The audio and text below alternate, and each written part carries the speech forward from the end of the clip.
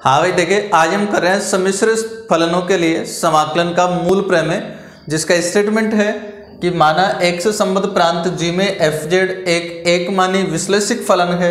यदि a b belongs to G, तब integration of a to b f z d z equal to five b minus five a, जहाँ five Z F Z का अनिश्चित समाकल है। तो देखिएगा भाई, सबसे पहले तो हम लोग क्या कर रहे हैं, इस एफ जेड का जो फंक्शन आपके पास में एफ जेड है, इसके अनिश्चित समाकल का जो डेफिनेशन है वो मैं लिख रहा हूं। देखिएगा, तो माना सपोज इसका जो अनिश्चित समाकल है ये कैपिटल एफ जेड है। स्मॉल एफ जेड का जो अनिश्चित समाकल है वो हमने क्या मान लिया है, एफ जेड। और एफ जेड इक्वल टू, देखिएगा हम जानते हैं कोई भी दो बिंदु जब होते हैं जेड जीरो और जेड, तो उन दोनों बिंदुओं के मध्य जो अनिश्चित समाकल होता है उसका डेफिनेशन हम इस प्रकार से लिखते हैं, integration z zero to z f t d t. इस टाइप से हम लोग लिखते हैं, ये अनिश्चित समाकल का डेफिनेशन है। अब यहां से देखिएगा, आपको दिया हुआ कि एफ जेड का अनिश्चित समाकल क्या है, फाइव जेड। तो चूंकि F Z five Z F Z का अनिश्चित समाकल है, ये आपको दिया गया है पहले से ही। तो फाइव जेड एफ जेड का अनिश्चित समाकल है। इसलिए फिर हम ये भी पढ़ चुके हैं कि दो अनिश्चित समाकलों में एक अचर का अंतर होता है। तो यहां पर देखिए, दो अनिश्चित समाकल आपके पास में बन गए एफ जेड के, एक तो कैपिटल एफ जेड हो गया और एक फाइव जेड हो गया। तो इनमें दोनों में एक अचर का अंतर होगा, इसलिए मान लिया कि जो फाइव जेड है ये इक्वल है एफ जेड प्लस के। इसलिए अब हम फाइंड करेंगे फाइव बी यहां से। तो फाइव बी क्या हो जाएगा भाई, जेड के स्थान पर बी कर दीजिएगा, तो फाइव बी इक्वल टू हो जाएगा एफ बी प्लस के। इसी प्रकार से हम लोग फाइंड करेंगे फाइव ए। तो फाइव ए के लिए इसमें जेड के स्थान पर ए कर लीजिए भाई, तो जेड के स्थान पर ए करोगे तो भी आ जाएगा एफ ए प्लस के। और अब हमें यहाँ प्रूव करना है five b minus five a का वैल्यू फाइंड करना है। तो अब हम करेंगे five b minus five a. तो five b minus five a equal to, हाँ भाई देखिए क्या बनेगा, फाइव बी, तो फाइव बी का वैल्यू आ गया एफ बी प्लस के, तो एफ बी प्लस के और माइनस फाइव ए, तो फाइव ए का वैल्यू पुट करिए एफ ए प्लस के। तो ये इसका वैल्यू आपके पास में आ गया f a plus k equal to, अब देखो ये आपके पास में बनेगा f b minus f a और के से के हो जाएगा कैंसिल। अब ये जो एफ बी और एफ ए हैं इनका वैल्यू हम लोग पुट कर देंगे। तो इनका वैल्यू कहाँ से पुट करेंगे, देखिए भाई आपको ये एफ जेड दिया हुआ है, z zero to z f t d t, और इसका जो डेफिनेशन हमने जब लिखा था तब देखिए हमने देखा था कि इसमें जेड जीरो तो स्थिर बिंदु होता है, और ये जो अपर लिमिट है इसका जेड, इसके वैल्यू में हम लोग परिवर्तन करके इस फंक्शन एफ जेड के वैल्यू फाइंड कर सकते हैं। यानी कि जो एफ बी है इसका वैल्यू हम किस प्रकार से फाइंड करेंगे, लोअर लिमिट तो स्थिर रहेगा वही जेड जीरो रहेगा, और अपर लिमिट जो है वो जेड के स्थान पर आप लोग क्या कर देते हैं, बी। तो ये हो जाएगा z zero to b f t d t minus integration. इसी प्रकार से जब एफ ए करेंगे तब भी लोअर लिमिट तो जेड जीरो रहेगी, अपर लिमिट जेड के स्थान पर ए बन जाएगी। तो अब की बार लिख दोगे z zero to a f t d t. Solve करिए भाई, तो integration of z zero to b f t d t, और इसमें देखिए लिमिट चेंज जब कर देंगे आप लोग, अपर लिमिट और लोअर लिमिट को जब हम चेंज कर लेंगे तो इसका चिन्ह परिवर्तित हो जाएगा। तो ये जो माइनस है ये आपके पास में प्लस हो जाएगा, और लिमिट जो है ये ए से जेड जीरो हो जाएगी एफ टी डी टी। ठीक है भाई, अब एक बार इधर से मैं हटा देता हूं इसको। तो अब देखिएगा अब क्या बनेगा आपके पास में, five b minus five a, five b minus five a equal to, इनको दोनों को देखिएगा भाई, लिमिट ए से जेड जीरो है, फिर दूसरे की लिमिट जेड जीरो से बी होता है। तो हम जानते हैं कि जब भी लिमिट ए से बी हो, बी से सी हो, तो दोनों को मिला के एक सिंगल इंटीग्रेशन लिखते हैं हम, जिसका लिमिट ए से सी हम लोग लिख देते हैं। तो यहाँ अगर लिमिट ए से जेड जीरो और जेड जीरो से बी है तो दोनों को मिला के एक सिंगल इंटीग्रेशन हम लोग लिख देंगे, जिसका लिमिट आप लिख देंगे ए से बी। तो लिमिट हो जाएगा a to b f t d t. ठीक है भाई। और इसके बाद में integration of a to b, समाकलन की प्रॉपर्टी से हम लोग जानते हैं कि समाकलन में अगर चर को किसी दूसरे चर से परिवर्तित कर दिया जाए तो इससे समाकलन के मान पर कोई प्रभाव नहीं पड़ता है। तो यहाँ ये जो चर t है इसके स्थान पर मैं कोई भी दूसरा चर लिख सकता हूँ, इसलिए मैं यहाँ चर t के स्थान पर हम क्या लिख देंगे z। तो ये बन जाएगा एफ जेड डी जेड।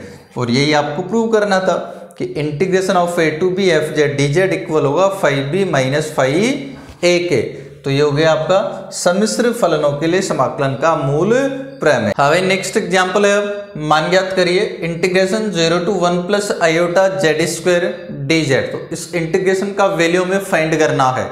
किस प्रकार से करेंगे ध्यान दीजिएगा भाई। सबसे पहले हम यहाँ ये जो फंक्शन है एफ जेड जो कि जेड स्क्वायर है यहाँ, तो हम जानते हैं कि जो f z equal to z square है एक सर्वत्र विश्लेषिक फलन है, इसलिए इस समाकल का जो मान होगा इन दोनों बिंदुओं 0 और 1 प्लस आयोटा को मिलाने वाले बिंदुओं के पथ पर डिपेंड नहीं करेगा, पथ से स्वतंत्र होगा, केवल इन दोनों बिंदुओं पर डिपेंड करेगा।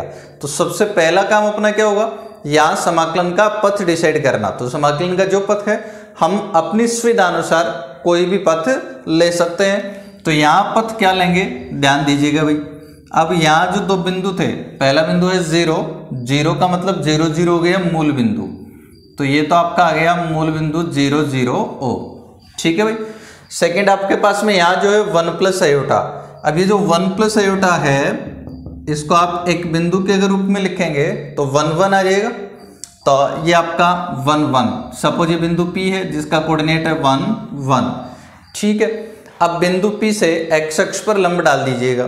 तो बिंदु P से हम x अक्ष पर लंब डाल रहे हैं। सपोज ये बिंदु A पर मिला है, तो इस A का जो कोऑर्डिनेट होगा वो देखिए x कोऑर्डिनेट तो क्या होगा भाई, यहाँ पर P का x कोऑर्डिनेट 1 था और यहाँ से लंब डाला है, इसका मतलब A का जो x कोऑर्डिनेट है ये भी 1 ही आएगा। और x अक्ष पर आप जानते हैं y कोऑर्डिनेट हो जाएगा 0। तो समाकलन का जो पथ है वो हम इस प्रकार से ले लेंगे, O से A तक x अक्ष पर आ गया और फिर A से P तक ये y अक्ष के समांतर, ये काल्पनिक अक्ष के समांतर हो चुका है। तो समाकलन का पथ यहाँ पर लिख दीजिएगा। तो यहाँ आपने जो डिसाइड किया समाकलन का पथ वो बता दीजिएगा एक बार। तो यहाँ समाकलन का पथ निम्न प्रकार है। किस प्रकार से है देखिए भाई। नंबर फर्स्ट, बिंदु O जिसका कोऑर्डिनेट है 0 0 से बिंदु A कोऑर्डिनेट है 1 0 तक वास्तविक अक्ष पर।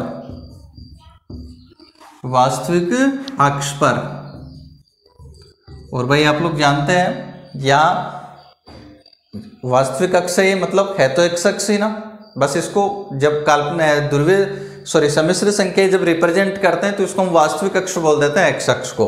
तो आप लोग जानते हैं कि x अक्ष पर जो y कोऑर्डिनेट होता है वो होता है 0। इसका मतलब इस पर जो y इक्वल टू क्या रहेगा हमेशा 0, और y इक्वल टू 0 रहेगा, इसलिए z इक्वल टू क्या बनेगा भाई, z इक्वल टू होता है x प्लस आयोटा y।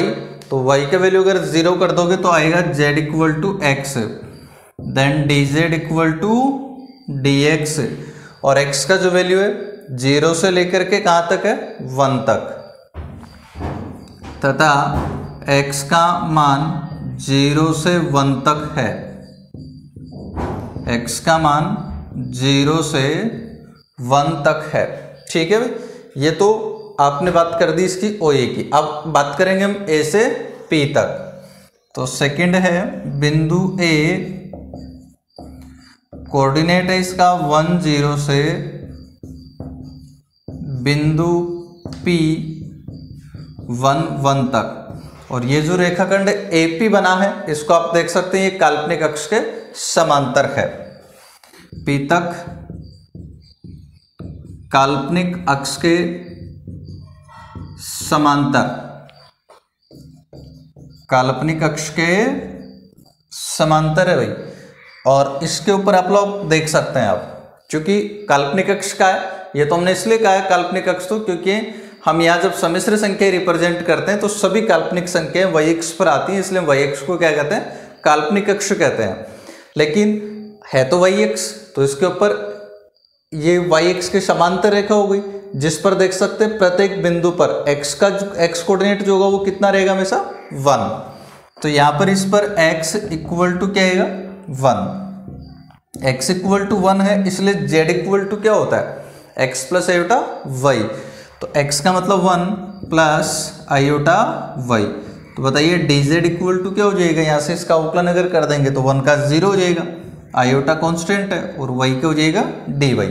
तो dz इक्वल टू आ जाएगा आयोटा dy और y का जो वैल्यू है 0 से 1 तक है। तो बता दीजिए तथा y का मान 0 से 1 तक है। ठीक है भाई, तो ये दो हिस्सों में हम इसका इंटीग्रेशन अब कर देंगे। तो इसलिए integration of 0 to 1 plus iota Z square D Z, इसको देखिए हम किस प्रकार से लिखेंगे। पहला जो इंटीग्रेशन है इसमें आप लोग जेड का वैल्यू पुट कर दोगे x, तो ये बन जाएगा एक्स स्क्वायर और डी जेड ये डी एक्स हो जाएगा, तो डी एक्स।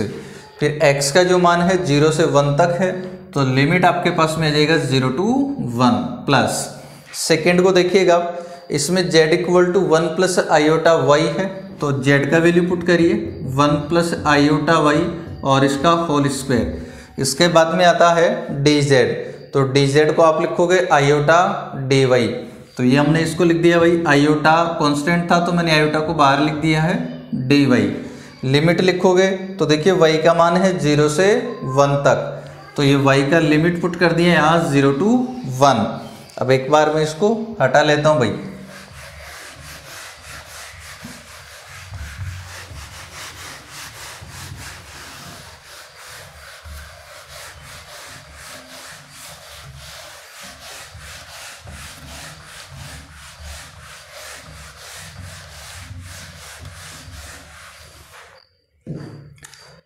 तो इक्वल टू, आप देखिएगा सबसे पहले एक्स स्क्वायर का इंटीग्रेशन कर रहे हैं, जानते हैं हम लोग एक्स क्यूब अपॉन 3 होगा, तो 1/3 कांस्टेंट हो गया एक्स क्यूब। लिमिट इसका आपके पास 0 to 1 आएगा, प्लस आयोटा कांस्टेंट है 1 प्लस आयोटा वाई का होल स्क्वायर। तो इंटीग्रेशन जब करेंगे तो ये हो जाएगा 1 प्लस आयोटा वाई का होल क्यूब अपॉन 3। ठीक है, और फिर इसके बाद में देखिएगा भाई, यहाँ जो वाई का गुणांक है आयोटा है, इसलिए हम इसको आयोटा से डिवाइड करेंगे। आयोटा से जैसे डिवाइड करोगे आयोटा से आयोटा कैंसिल हो जाएगा, तो बचेगा 1/3।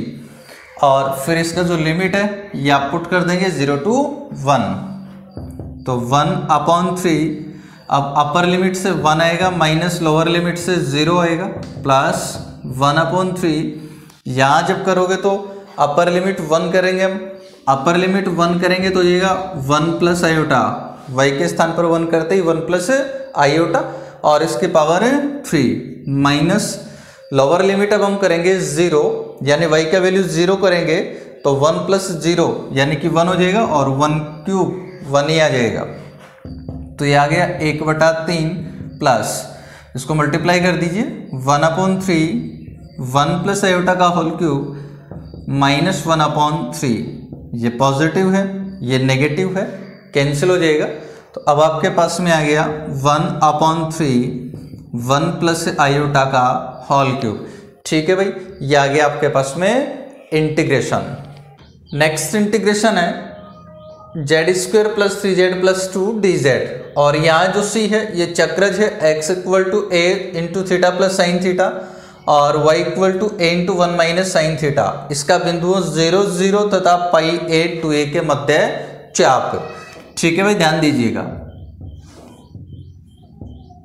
सबसे पहले तो हम समाकलन का पथ हमारे हिसाब से डिसाइड करेंगे। भाई यहाँ जो फलन है Z square plus 3z plus 2 सर्वत्र विश्लेषिक फलन है, इसका मतलब यहाँ जो समाकल होगा समाकल का मान पथ पर डिपेंड नहीं करेगा, पथ से स्वतंत्र होगा। इसलिए समाकलन करने के लिए समाकलन का पथ हम अपनी सुविधानुसार कुछ भी ले सकते हैं। तो यहाँ एक बार तो जो दिया हुआ था ये आपके पास में साइक्लॉइड था, जिसका इक्वेशन है x equal to a theta plus sine theta, y equal to a into 1 minus sine theta. और जो साइक्लॉइड होता है इसका वक्र इस प्रकार से होता है भाई, जिसमें ये वाला बिंदु आ गया आपके पास में 0 0, और ये इसके ऊपर ये बिंदु P आ गया जिसका कोऑर्डिनेट है पाई ए टू ए। ठीक है, तो पाई ए टू ए।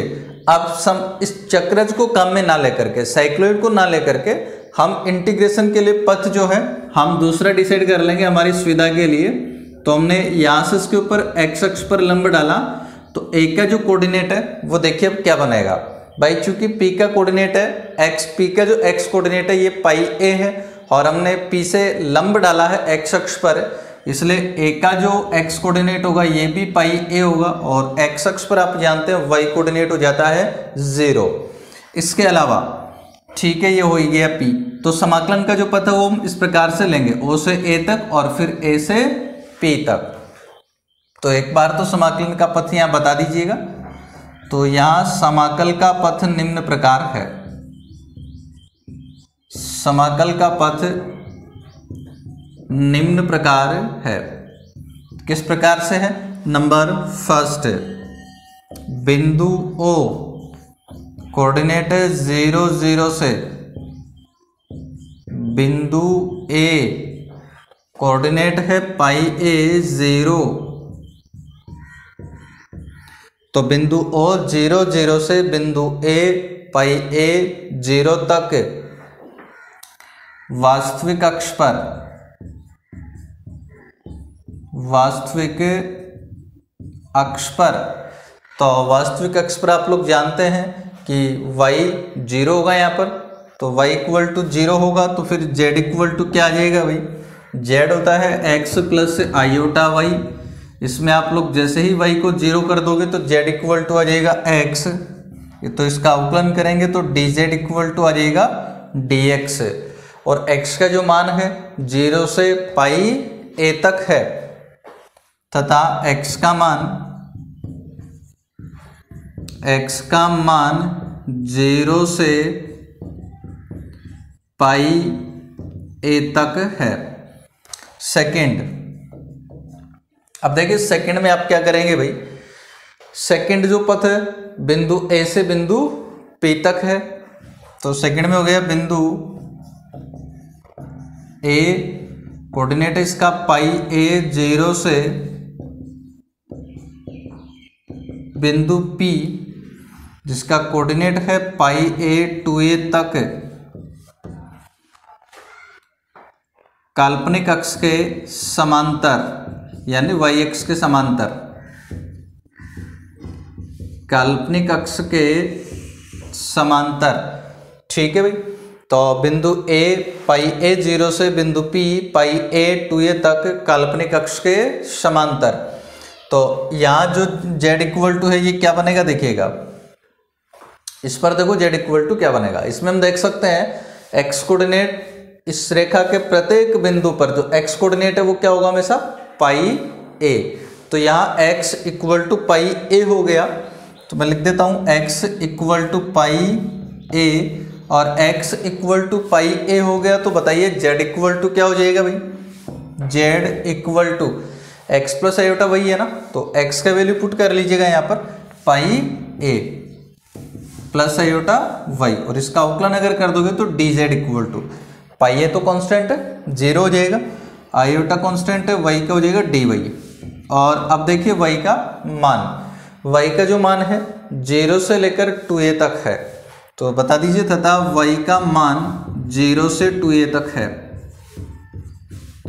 y का मान 0 से 2a तक है। ये आपके पास में हो गया समाकलन का पथ, तो वैल्यू पुट कर दीजिएगा। इसलिए integration of z² plus 3z plus 2, इसको आप दो भागों में डिवाइड कर सकते हैं। पहले में z इक्वल टू आप x कर दोगे तो हो जाएगा x² plus 3x plus 2 dx, और यहाँ जो x का मान होगा 0 से पाई a तक है, तो x का वैल्यू 0 से पाई a। हटा लेता हूँ मैं एक बार इसको।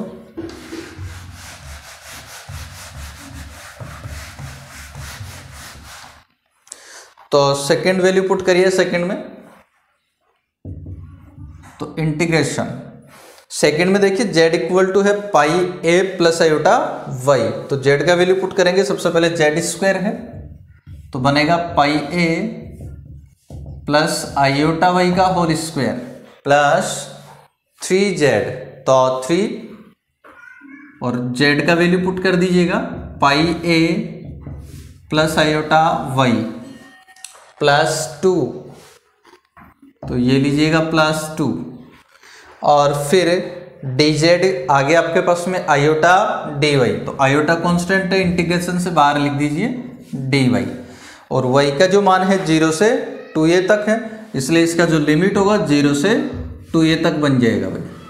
ठीक है, अब मैं इनको हटा दूं एक बार यहाँ से, फिर हम कर लेंगे इसका इंटीग्रेशन।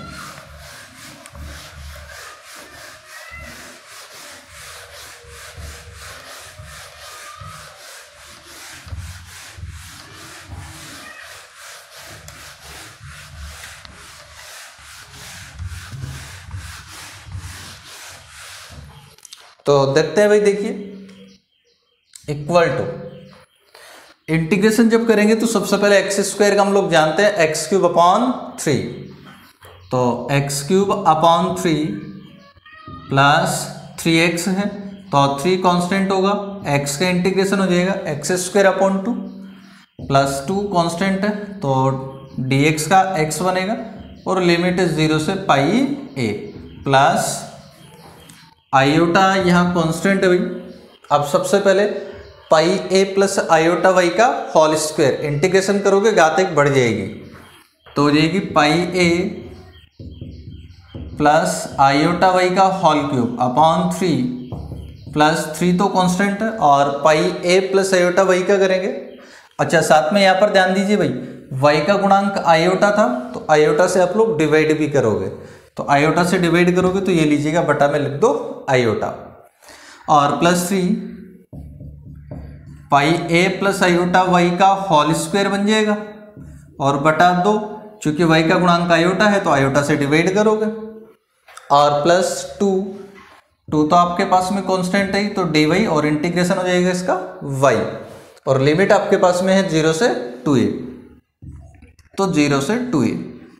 ठीक है भाई, इक्वल टू, अब इसमें हल करिए, अपर लिमिट लेंगे सबसे पहले पाई ए, तो अपर लिमिट पाई ए जब लेंगे तो ये हो जाएगा pi cube a cube upon 3 plus 3 pi square a square upon 2 plus 2 pi a, और लोअर लिमिट जैसे ही आप लोग 0 करोगे तो ये 0 बन जाएगा भाई, प्लस आयोटा से मल्टीप्लाई करके लिख लेते हैं हम एक बार, तो आयोटा से जैसे मल्टीप्लाई करोगे अंदर आयोटा से आयोटा हो जाएगा कैंसिल, 1/3 भी कांस्टेंट है, तो बचेगा आपके पास में पाई ए प्लस आयोटा वाई का होल क्यूब, और इसका लिमिट कर देता हूं मैं 0 से 2a। ठीक है, तीनों को अलग अलग करके हम लोग लिख देंगे एक बार, प्लस दूसरा आपके पास में जो है, देखिए इसको आयोटा से मल्टीप्लाई करोगे आयोटा कैंसिल हो जाएगा, तो आ जाएगा 3/2 पाई ए प्लस आयोटा वाई का होल स्क्वायर, और इसका लिमिट जो है ये भी आपके पास में आएगा 0 से 2a, और प्लस ये 2 आयोटा कांस्टेंट हो जाएगा, आयोटा को जब 2 वाई से मल्टीप्लाई करोगे तो 2 आयोटा वाई बनेगा, 2 आयोटा कांस्टेंट है बाहर लिख लिया है मैंने, और बचेगा फिर y जिसका लिमिट आप करेंगे 0 से 2a। अब इसको सोल्व करना हमें, तो एक बार मैं ऊपर से हटा देता हूं भाई इसको,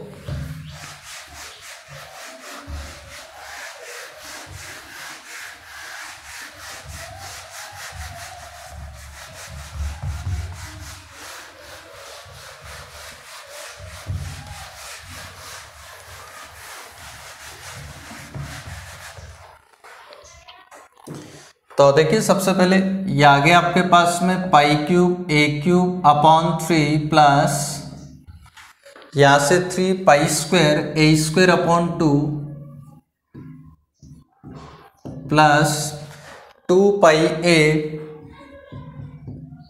प्लस 1/3, और यहाँ अपर लिमिट आप करेंगे 2a, तो अपर लिमिट 2a करने का मतलब y के स्थान पर 2a कर लीजिएगा। तो y के स्थान पर जैसे हम लोग 2a करेंगे तो ये बनेगा पाई a प्लस 2a और इसका whole cube minus lower limit आप 0 करेंगे तो लोअर लिमिट जैसे ही 0 करेंगे तो y 0 हो जाएगा तो बचेगा पाई a और इसका क्यूब कर दोगे तो पाई क्यूब a क्यूब, तो पाई क्यूब a क्यूब। यहां करिए तो प्लस 3/2,